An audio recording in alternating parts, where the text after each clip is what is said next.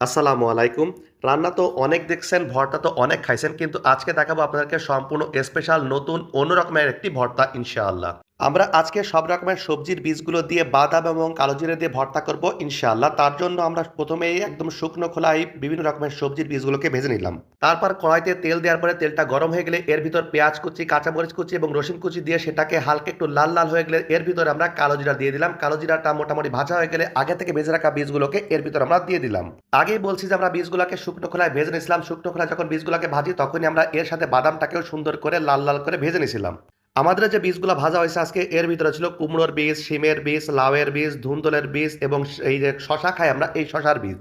আপনারা চাইলে যে কোনো রকমের সবজির বীজ দিয়েই এই ভর্তাটা করতে পারবেন, খুবই মজার। এবং এর সাথে যেহেতু কালো জিরা এবং বাদামটা দেওয়া হয়েছে তাই এর স্বাদটা আরো অনেক গুণ বেড়ে গেছে। সবগুলো জিনিস সুন্দর করে খুব ভাজা হয়ে গেলে এরপরে আমরা এটা শিলপাটায় বাটতেছি। দেখতেই পাচ্ছেন আম্মু শিলপাটায় সবগুলো জিনিসকে বেটে একেবারে কি দারুণ মিহি করে ফেলতেছে একেবারে। আপনারা আমার ভিডিওগুলো আগেও দেখছেন, যারা তারা জানেন আম্মু শিলপাটা ছাড়া কখনোই এই ভর্তাগুলো করে না। আপনারা চাইলে ব্লিন্ডারও ব্লেন্ড করতে পারেন, কিন্তু ব্লিন্ডারে ব্লেন্ড করার স্বাদ আর এই শিলপাটায় ভর্তার স্বাদ কখনোই একরকম হবে না।